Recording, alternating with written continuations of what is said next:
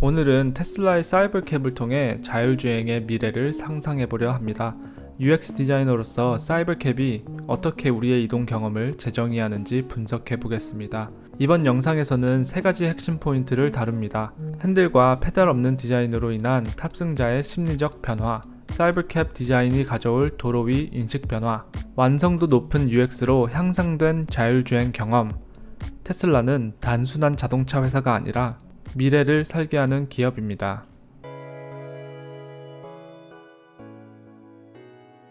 테슬라의 사이버캡은 핸들과 페달이 없는 완전 자율주행 차량으로 단순한 기계가 아닌 경험 중심의 이동 플랫폼을 제시합니다. 여러분 상상해보세요. 핸들도 페달도 없는 차에 앉아있다면 어떤 기분일까요? 핸들이 있으되 만지지 말라는 것과 아예 시야에서 사라진 것은 전혀 다른 경험입니다. 이는 단순히 기능을 제거한 것이 아니라 탑승자의 심리적 안정감을 극대화하는 혁명적 설계입니다. 작년 FSD12까지만 하더라도 자율주행 차량 영상에서 흔들리는 핸들은 불확실성과 불안감을 주곤 했죠. 하지만 요즘 FSD13만 보더라도 그런 현상은 찾아보기 힘듭니다. 사이버캡은 한 단계 더 나아가 핸들이 없어지므로 이런 불안함을 완전히 제거합니다. 2025년 최신 데이터에 따르면 테슬라의 FSD13.2 13.2는 복잡한 도시 환경에서도 인간 운전자 대비 10배 낮은 안정성을 자랑합니다. 또한 연말 출시 예정인 FSD14과 테슬라의 AI 컴퓨팅 플랫폼 AI5 그리고 2026년에 기대되는 AI6는 자율주행의 신뢰도를 한층 더 끌어올릴 전망입니다. 트럼프 행정부의 자율주행 규제 완화로 캘리포니아와 텍사스에서 2025년 내 비감독 FSD 테스트가 본격화될 가능성도 커졌죠. 이제 탑승자는 차량을 믿고 편안히 여정을 즐길 수 있습니다. 핸들 떨림 없는 부드러운 이동은 자율주행의 새로운 표준을 제시하며 탑승자에게 편안함을 제공할 겁니다. 두 번째 포인트는 사이버캡의 외관 디자인입니다. 사이버캡은 SF 영화에서 튀어나온 듯한 독특한 2인승 세단 디자인으로 도로 위에서 단번에 자율주행 차량임을 알립니다. 기존 테슬라 차량들은 외관만으로 자율주행 여부를 구분하기 어려워 뒤 차량의 경적이나 혼란이 종종 발생했었죠. 적어도 FSD12까지만 해도 많았습니다. 하지만 사이버캡은 강렬한 시각적 존재감으로 나는 로보택시다 라고 말하는 것 같습니다. 2024년 10월 위 로봇 이벤트에서 공개된 사이버캡은 무선 충전과 자동 세척 로봇을 지원하며 2026년 내년부터 본격 생산에 들어갑니다. 가격은 약 3만 달러 미만으로 책정될 예정이라 개인 소유는 물론 로보택시 플릿으로 활용 가능하죠. 이 독특한 디자인은 다른 운전자들에게 자율주행 차량임을 명확히 인식시키며 도로 위의 예측 가능성과 협력적 운전 문화를 촉진합니다. 이는 자율주행 기술의 사회적 수용성을 높이는 중요한 요소로 사이버캡은 미래형 자동차의 표준으로 자리 잡을 예정입니다. 쉽게 말해 사이버캡은 운전자 없는 차량이라는 인식이 생기고 도로 위에서 일반 차와 함께 자연스럽게 섞일 것입니다. 마지막으로 사이버캡의 UX는 자율주행의 완성도를 보여줍니다. 차에 오르는 순간 대형 스크린이 펼쳐지며 영화, 뉴스, 게임 등 다양한 엔터테인먼트 옵션을 제공합니다. 스마트폰 앱과의 심리스한 연동으로 집에서부터 목적지 설정, 음악 선택, 온도 조절까지 모든 것이 자동으로 이루어지죠. 현재 테슬라의 로보택시 앱만 보더라도 아주 필요한 기능만 존재하는 베타 버전 같은 경험이었습니다. 하지만 몇 주 지나지 않아 승하차 지점을 내가 원하는 곳으로 따로 설정할 수 있을 만큼 빠르게 업데이트가 이루어지고 있습니다. 현재 로보택시도 온도 조절부터 듣고 있던 음악들까지 자연스럽게 연동돼 기존 택시의 기능에서 한 발자국 더 나아가 새로운 경험을 선사하고 있습니다. 테슬라 다이너에서는 스크린이 메뉴판으로 바뀌어 음식 주문까지 할 수 있죠. 사이버캡의 더 큰 스크린으로 어떠한 기능이 아니라 어떠한 새로운 경험을 시켜줄지 기대가 됩니다. FSD는 우리의 이동 방식을 완전히 바꿀 준비를 하고 있습니다. 예를 들어 이런 하루를 상상해보세요. 아침에 아이들을 데려다 주기 위해 차를 준비시킵니다. FSD로 아이들을 챙겨 태워 보냅니다. 차는 스스로 안전하게 학교까지 아이들을 데려다 주고 그 다음은 출근길에 아내와 제가 타고 사무실로 향합니다. 차량은 곧바로 로보택시 모드로 전환되고 낮 동안 우리 차는 그냥 주차장에서 쉬고 있는 게 아니라 도시를 돌아다니며 승객을 태우고 돈을 벌어옵니다. 마치 우리가 자동차 회사 사장이 된 것처럼 내 차가 스스로 수익을 창출하는 자산으로 변하는 겁니다. 퇴근 시간이 되면 내 차는 다시 우리를 픽업하러 옵니다. 아이들도 학교에서 태워오고 온 가족이 함께 외식을 하러 나갑니다. 저녁에 와인을 한두 잔 마셔도 걱정 없습니다. 왜냐하면 FSD 차량이 안전하게 집까지 데려다 주기 때문입니다. 즉 FSD는 단순한 운전 보조 기능이 아니라 가족의 하루와 경제 활동을 동시에 책임지는 플랫폼으로 진화하고 있는 것입니다. 미국은 자율주행 규제가 대폭 완화되며 테슬라의 로보택시 상용화는 더욱더 가속화되고 있습니다. 2025년 6월 텍사스 오스틴에서 로보택시 시범 운영이 시작됐고 캘리포니아 실리콘밸리 지역 베이에리아도 뒤를 이었습니다. 최근에는 아리조나 주 테스팅 승인도 났죠. 또한 신규 메가팩 제품 메가블록과 옵티머스 로봇의 양산을 본격화하며 AI와 에너지 분야에서도 혁신을 이어나가고 있죠. 2026년은 테슬라가 자율주행과 피지컬 AI로 세상을 바꾸는 해가 될 것입니다.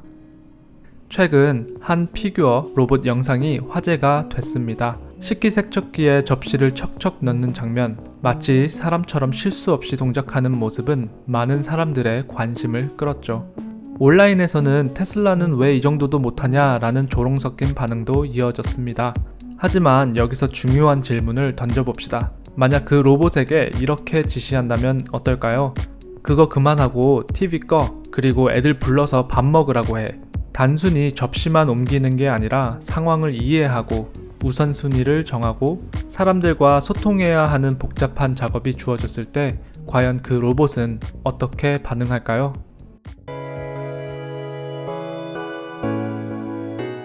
피규어는 최근 오픈 AI와의 협업을 포기했습니다. 반면 테슬라는 옵티머스의 FSD와 그록이라는 두 가지 강력한 엔진을 결합하고 있습니다. 여기서 중요한 차이가 생깁니다. TV를 끄려면 지금 당장 그만해야 하는 것을 설거지라는 것으로 이해해야 하고 리모컨의 위치를 추론해야 합니다. 아이들이 누구인지 파악하고 어디에 있는지 찾아가야 합니다.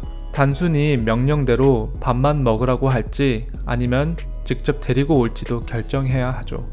이 과정은 단순한 로봇 제어가 아니라 추론, 이동, 소통이 동시에 필요한 고난도 작업입니다. 테슬라의 FSD는 이동을 책임지고 xAI의 그록은 대화와 이해를 책임집니다. 즉, 옵티머스는 단순한 움직이는 로봇이 아니라 세상과 연결된 지능형 존재로 진화하고 있습니다. 사실 저는 일론 머스크가 트위터를 사는 진짜 이유라는 영상에서 모든 언어가 가능한 옵티머스를 위해 트위터 인수가 있었다는 이야기를 한 적이 있습니다. 당시에는 미디어가 비판 일색이었지만 지금은 분위기가 달라졌습니다. 이제는 아무도 트위터 인수를 비판하지 않습니다. 얼마 전 세일스포스 CEO 마크 베니어프의 계정에 황금색 옵티머스가 등장했습니다. 그는 이 로봇을 보며 생산성에 있어 게임 체인저라고 극찬했죠. 물론 영상 속 옵티머스는 아직 완벽하지 않았습니다. 동작은 둔해 보였고 말도 느렸습니다. 그래서 실망한 사람도 있었죠. 하지만 중요한 건 테슬라는 숨기지 않는다는 점입니다. 테슬라는 항상 있는 그대로 보여줍니다. 편집된 하이라이트가 아니라 위 로봇 데이와 테슬라 다이너 식당처럼 경험을 제공합니다. 전기차가 몇 킬로 더 가느냐, 몇 초 더 빠르냐 같은 숫자 싸움이 아니라 사람들로 하여금 미래를 상상하게 만드는 것이 테슬라의 방식입니다. 옵티머스 손에 씌워진 위장막도 눈에 띄었는데요. 이는 단순한 장식이 아니라 완성이 가까워졌다는 신호이자 자신감의 표현으로 해석할 수 있습니다. 그리고 절묘한 타이밍에 공개된 일론 머스크의 새로운 보상안, 목표는 무려 시총 8.5조 달러입니다. 여기에는 매우 구체적인 로드맵이 담겨 있습니다. 차량 2천만 대 인도, FSD 1천만 명 구독자, 로봇 100만 대 인도, 로보택시 100만 대 운영. 이 보상안은 모호한 비전이 아닙니다. 실제 주가와 이익 구간을 제시하며 이사회와 일론의 생각을 엿볼 수 있는 창을 제공합니다. 주가가 얼마나 오를 수 있는지, 회사가 얼마나 수익성이 될지에 대한 내부 전망이 반영된 문서죠. 또한 주주와 일론 모두에게 인센티브를 맞춰줍니다. 일론이 꿈꾸는 테슬라 지분 25% 확보라는 목표와 주주들의 수익 극대화를 동시에 달성할 수 있는 구조입니다. 게다가 일론 머스크는 과거에도 이런 목표를 대부분 2년에서 4년 안에 조기 달성했습니다. 단순히 허황된 약속이 아니라 신뢰성 있는 계획으로 볼 수 있습니다. 이번 황금색 옵티머스는 단순히 색을 입힌 게 아닙니다. 테슬라의 디자인 랭귀지 시스템 확장의 일환입니다. 사이버캡, 옵티머스, 로보밴 모두 같은 황금빛을 공유합니다. 이는 개발이 막바지에 왔다는 의미이자 브랜딩까지 완료된 상업화 직전 단계라는 뜻입니다. 여기서 흥미로운 점은 보상안에서 로보택시 100만 대보다 옵티머스 100만 대 인도가 먼저 언급됐다는 사실입니다.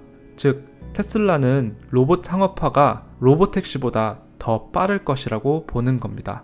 여기서 잊지 말아야 할 점이 있습니다. 테슬라는 대량 생산의 천재입니다. 전기차 시장에서도 모두가 불가능하다고 했지만 결국 대량 생산 체제를 구축했습니다. 옵티머스 역시 동일한 길을 걸을 가능성이 큽니다.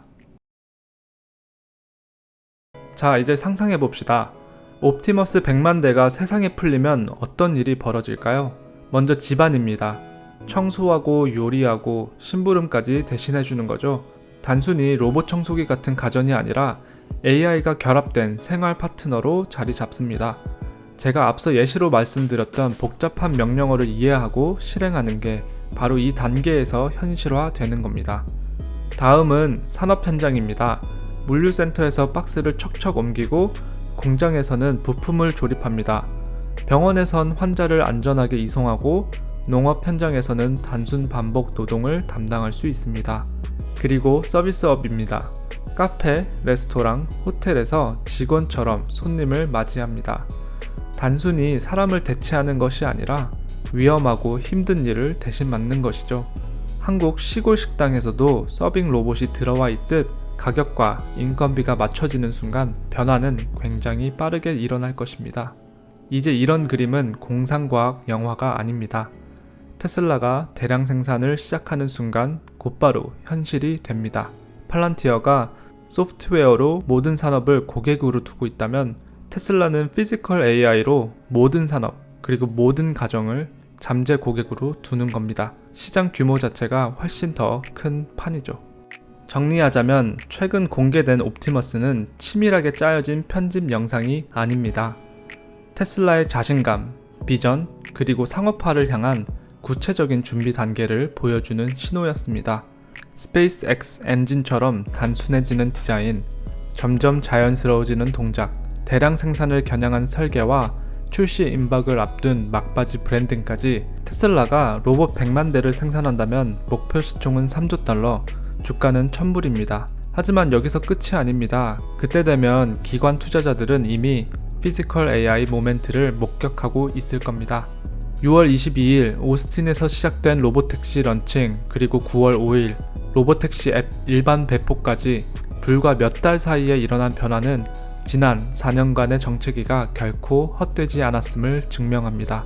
10년 전 저는 넥스트 아이폰은 전기차일 것이라고 생각했습니다. 하지만 지금은 점점 더 확신이 듭니다.